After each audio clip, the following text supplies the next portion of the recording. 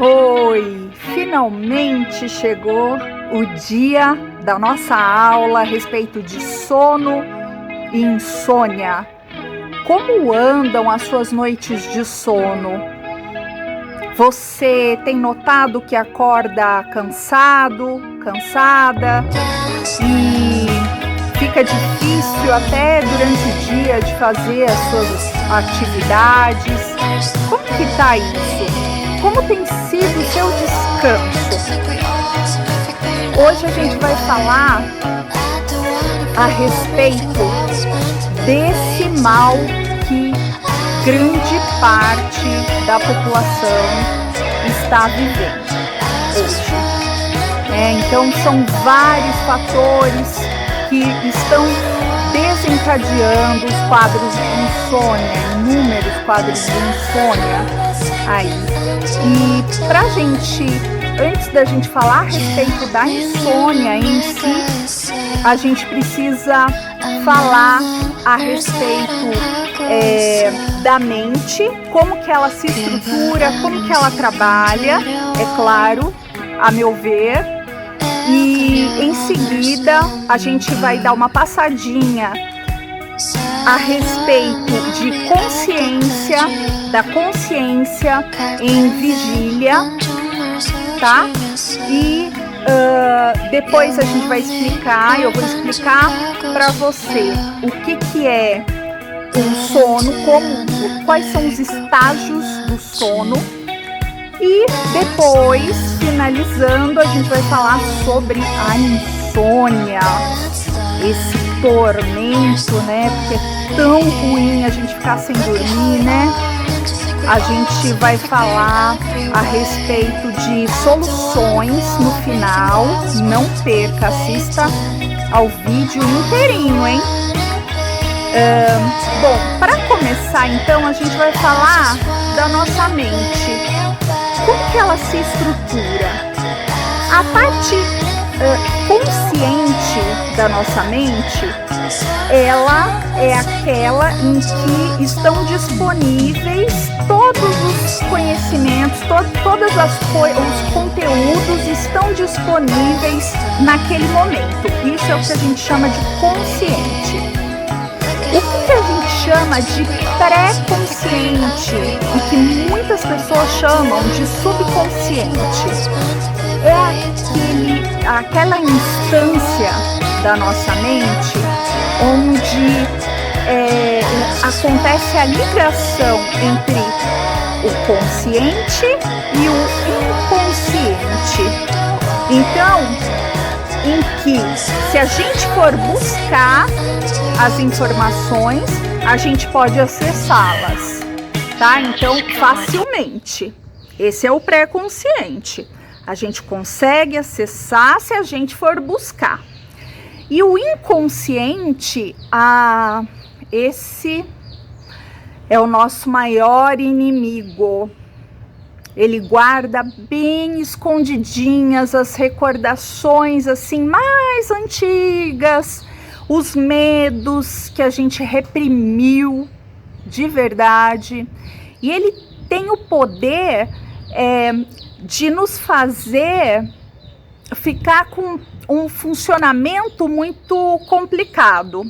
Ele é como, imagina uma outra pessoa dentro de você que esconde armas contra você, que você precisa conhecer para poder contra-atacar, né? Então, ele é como se essa outra pessoa dentro de você acreditasse que você precisa ficar repetindo dores internas escondidinhas para poder resolver esses conflitos, isso que a gente chama de conflito, tá?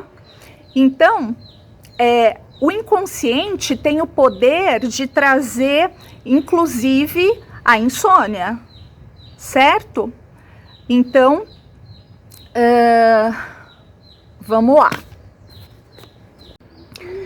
Então, a consciência, a gente tem o estado normal de vigília da pessoa, E a consciência não dá para a gente estudar diretamente também, porque a gente só consegue aplicando entrevistas e pela observação do comportamento da pessoa e também observações fisiológicas, certo? Então tem aí as suas limitações em termos de conhecimento desse estado. A consciência em estado de vigília, a que ela diz respeito? Ela diz respeito a pensamentos, sentimentos, percepções, sensações que estão aí permeando a mente da pessoa. Segundo o psicólogo Ernest Hildegard, ela implica em que aspectos ativos e aspectos receptivos. Então, um aspecto da consciência em vigília é só receber as informações do meio. E o outro aspecto implica na ação. Então, presume-se que, sendo a consciência influenciada por subsistemas cerebrais paralelos, eles registram ativamente e processam informação independentemente, sem um sistema se dar conta do outro que está entrando aí no controle dessa consciência em vigília. Em relação à consciência em estado de vigília ainda, a atenção desempenha um papel importantíssimo no próprio direcionamento mesmo dessa consciência em vigília. Então, ou a atenção vai deixar entrar alguma informação, ou ela não vai admitir que entre uma determinada informação. Então, a gente sabe, cada um apresenta um padrão de pensamento. Isso é comprovado cientificamente. Tudo isso que a gente está trazendo aqui, a intenção é de, claro, não trazer palavras ao vento, mas sim conteúdos que foram comprovados cientificamente.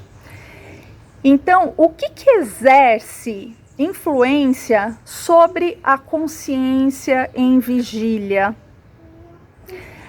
Às vezes, a nossa consciência, ela é intuitiva, ela está funcionando de uma forma baseada na intuição da gente. Então, em outras vezes, ela já é racional e analítica. No senso comum, a gente fala assim, né? A razão vem do pensamento e tem horas que vem aqui do coração. Então, ela muda também de acordo com o cansaço, com o sono. E você acha que registrou algumas visões, que não registrou, aliás, algumas visões e sons, e na verdade você registrou. De alguma maneira, você registrou. E ela é influenciada também, a consciência em vigília, pelas características pessoais, permanentes e pelo ambiente. O ambiente é fundamental nesse sentido também, mas o potencial do indivíduo para compreender essas experiências que o ambiente está fornecendo são fundamentais. O temperamento, os ritmos biológicos, tudo isso entra como influenciador sobre a consciência em vigília, certo? Ainda o que nós temos acerca da consciência em vigília? Os cientistas constataram que existem ciclos bem regulares de entusiasmo, ansiedade, depressão, raiva, lucidez, sonolência. Então, que existem ciclos bem regulares. A maioria dos pensamentos em vigília tem a ver com o que a pessoa está desempenhando naquele momento, certo? Então, a maioria desses pensamentos diz respeito a essas atividades do momento. A atenção no ambiente capacita a pessoa a reagir mais rapidamente a perigos, claro, né? Então, está sob vigília, está em vigília mesmo. Então, quanto maior a atenção no ambiente, quanto mais você está aí nesse estado de vigília, o que vai acontecer? Você vai poder reagir a perigos muito mais rapidamente. E guarda essa informação aí, porque isso tem tudo a ver com insônia também, não é mesmo? Agora vamos passar para o sono. Você sabia que o sono não é uma linha reta? Ele não acontece de uma maneira unitária? Pois é, ele tem vários estágios. E a alternância entre o sono e a vigília é que organiza os dias da nossa vida e se relaciona diretamente a inúmeros outros ciclos corporais. Isso no período de 24 horas, mais ou menos. Então, o estudo do sono, como que ele é feito? Através do eletroencefalógrafo, e a polissonografia é um exame que é usado para algumas avaliações aí, muito importantes.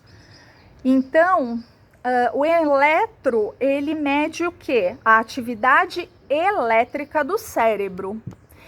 Em 1937, se constatou de que esta atividade mudava regularmente, tanto antes quanto durante o sono.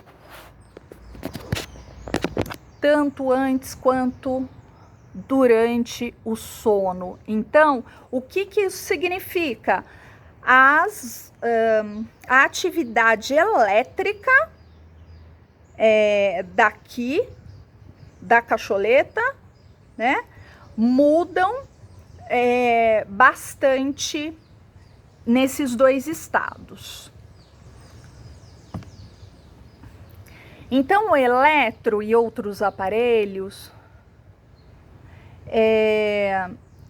que registram movimentos oculares, tensão muscular, ritmo cardíaco, a respiração, o suor e outras respostas fisiológicas são utilizados para o estudo do sono. E em 1950, ou nos anos 1950, vieram os primeiros laboratórios do sono. Vamos então para os tipos de sono, porque sabendo a respeito dos tipos de sono, dos estágios do sono, você pode compreender melhor aí o que está acontecendo para você não conseguir dormir direito, o que pode estar acontecendo, né? Então, o sono, É uma sequência de estágios que se repetem. Cada um desses estágios, em cada um deles, a gente encontra um tipo de atividade cerebral e corporal. Aí a gente tem, em primeiro lugar, o estado de pré-sono ou sono zero, em que nós já vamos ficando menos reativos aos estímulos do ambiente, os músculos já vão relaxando, o cérebro fica com um nível elevado de onda alfa, que nada mais são do que sensações agradáveis de relaxamento, tá? Então, a atividade alfa, com ondas de 8 a 12 Hz, trazem esse efeito para o nosso corpo, tá? Então, esse é o sono zero, o estágio zero.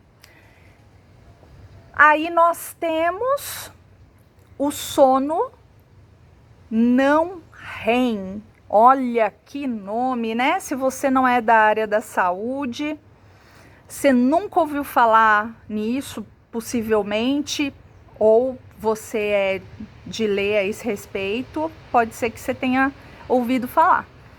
Mas, então, dentro do sono não REM, tem 4 estágios. O primeiro é o sono leve, que tem alguns minutos de duração só, e é uma continuação do sono zero. É fácil de acordar nesse momento ainda, e ele apresenta pequenos episódios durante a noite, desse sono leve.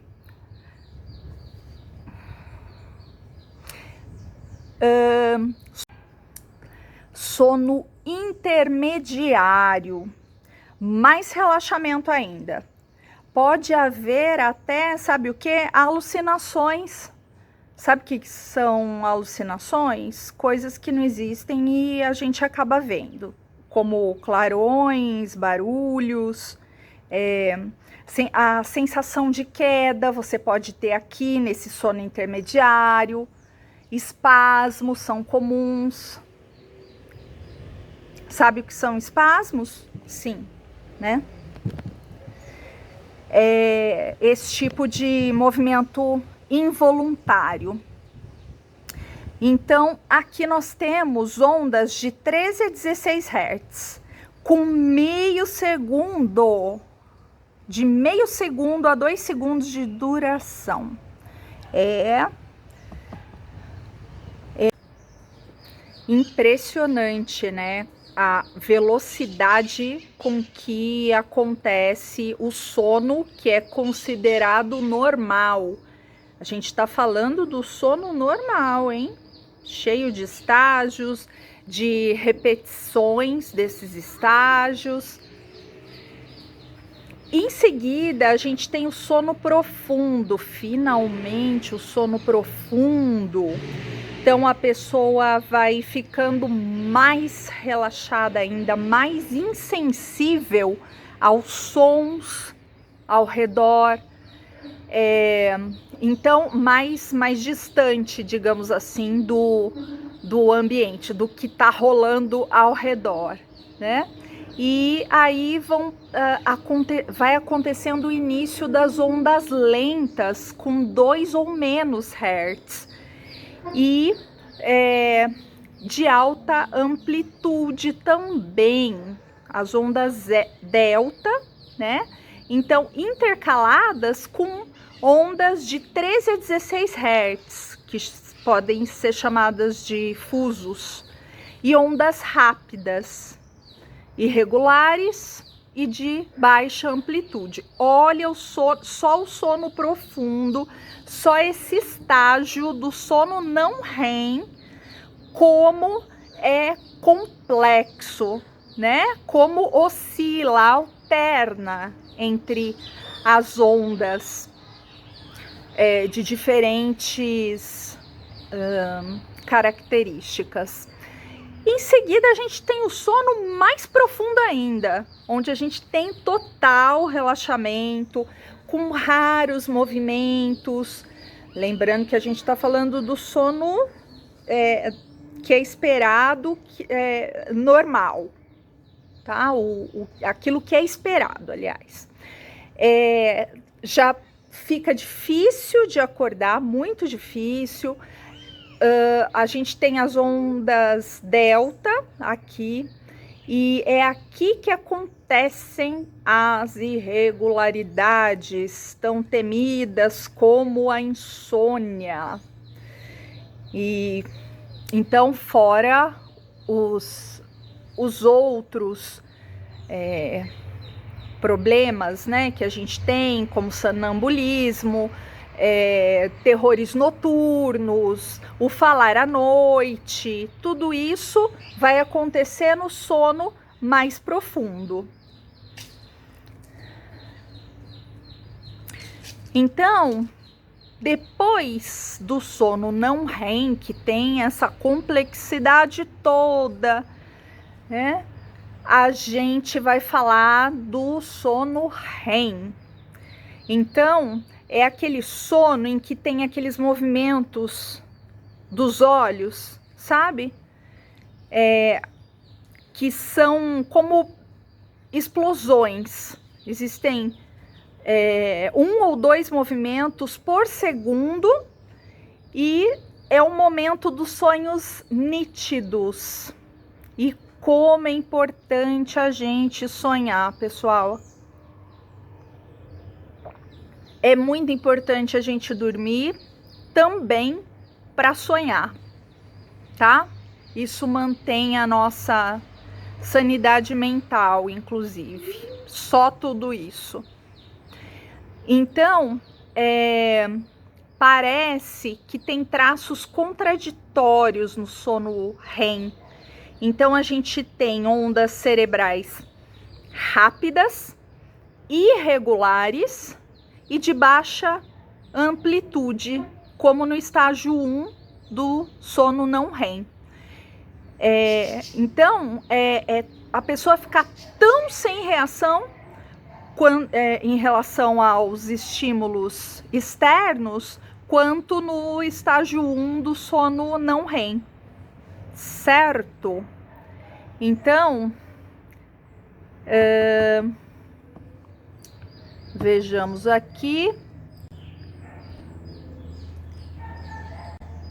Então, no sono REM, muitos músculos, em especial do pescoço e da cabeça, permanecem totalmente relaxados, tá? A pessoa, quando é acordada nesse momento, pode ter aquela sensação de paralisia, que relatam que é bem desagradável, por sinal, né? Então, o que acontece no sono REM? A nossa respiração, o nosso ritmo cardíaco e pressão arterial ficam um pouco mais rápidos e muito mais irregulares. Olha as diferenças no nosso corpo, na fisiologia. Secreção de maiores quantidades de hormônios suprarrenais, então adrenalina, noradrenalina. Então, olha como é importante, porque libera aí os hormônios de que a gente precisa para manutenção do nosso corpo. Vamos falar agora a respeito do que caracteriza a insônia. Dificuldade para dormir à noite, despertar durante a noite, ou despertar muito cedo, né? E um sinal de que você não dormiu bem é não se sentir descansado depois de uma noite de sono. Então, durante o sono, por que é importantíssimo a gente dormir bem? Porque existe essa liberação dos hormônios que impulsionam o metabolismo, como a leptina, que é responsável pelo controle do apetite. Olha só, até para você não engordar, você precisa conseguir uma boa noite de sono, você precisa lutar por ela, certo? Você já parou para pensar nessa história de que a privação do sono faz com que o seu organismo libere mais cortisol? Isso é terrível, terrível, é o hormônio do estresse, né? Então, a gente sabe hoje em dia quantas doenças estão associadas ao estresse, além do fato de que só o estresse já em si é motivo de muito sofrimento, né? Então, essas chances aumentadas de diabetes, porque aumenta aí o nível de glicemia no sangue, enfim, você tem milhares de motivos para cuidar do seu sono divinamente, né? Então, essa questão do sistema imunológico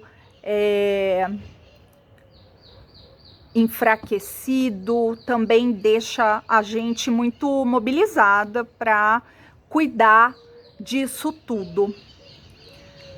Bom, vamos entrar nas soluções agora. Você com certeza já está convencida, convencido, se já não estava antes, né? Até porque de 30% a 50% da população tem insônia. Sabe o que é isso? É muita coisa. Então, se você tem insônia, você não está sozinha. Você não está sozinho.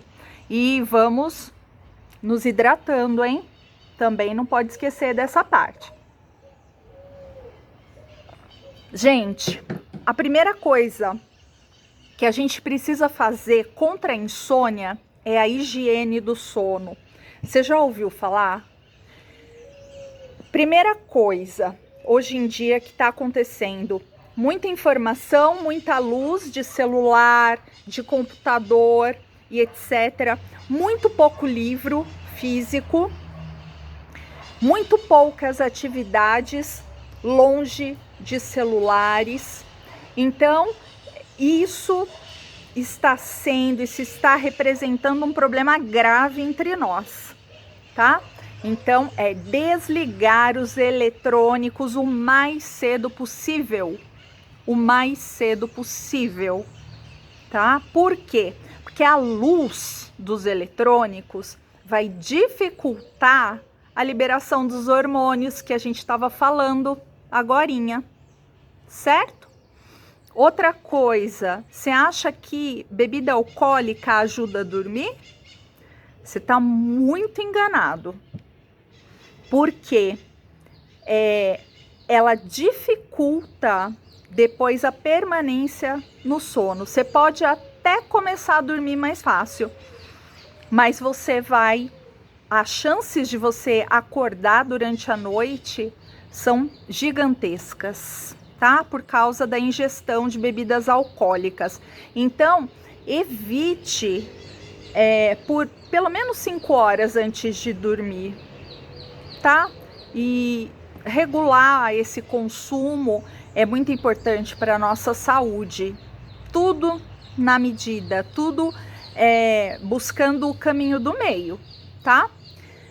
Outra coisa fundamental, evitar cigarros ou café, bebidas estimulantes. Prestar atenção nisso também, porque de repente você fala, ai, que insônia, nossa, que tristeza, não consigo dormir, como eu fico cansado, mas você está ingerindo essas bebidas e fumando, coisas do gênero aí que vão contra aquilo que está te incomodando.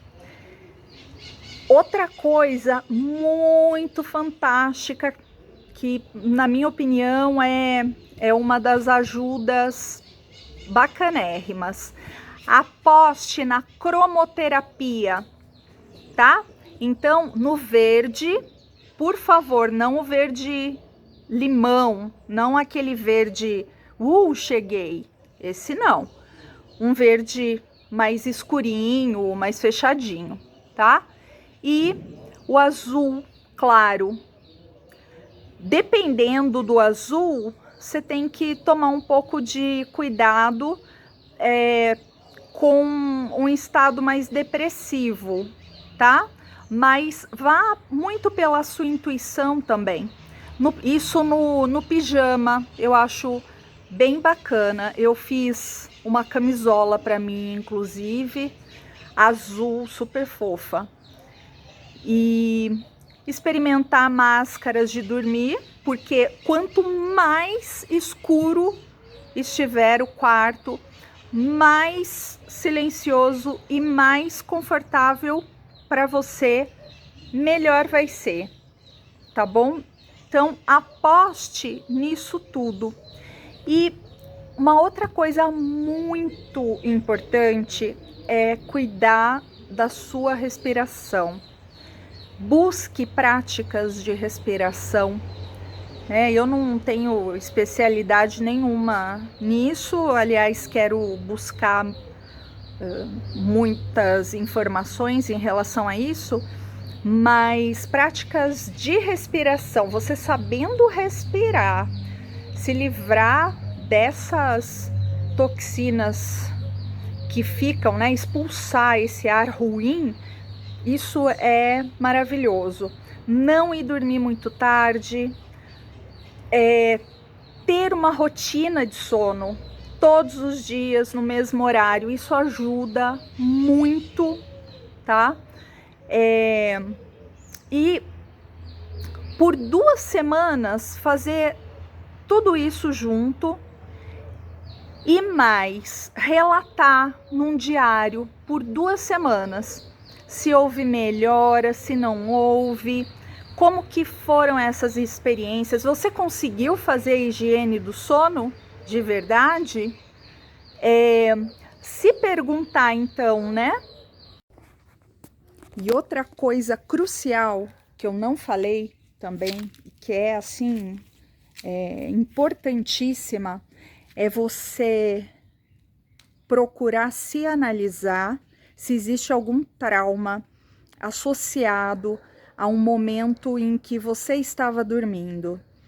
Comigo aconteceu algo muito importante nesse sentido, porque eu fui acordada e recebi a notícia da morte do meu filho. Eram 7 horas da manhã e a partir daí eu comecei a ter mais dificuldade para dormir do que eu vinha tendo diante do quadro dele de doença, de uma paralisia cerebral importantíssima, enfim. Ó, um pinguinho de chuva. Então, analise se você tem alguma questão aí dentro de você, tá? Que está impedindo você de dormir, que o seu inconsciente está dizendo para você, para que você repita aquela experiência, fique vigilante, totalmente alerta e evite a morte de alguém querido ou alguma perda muito importante, tá bom?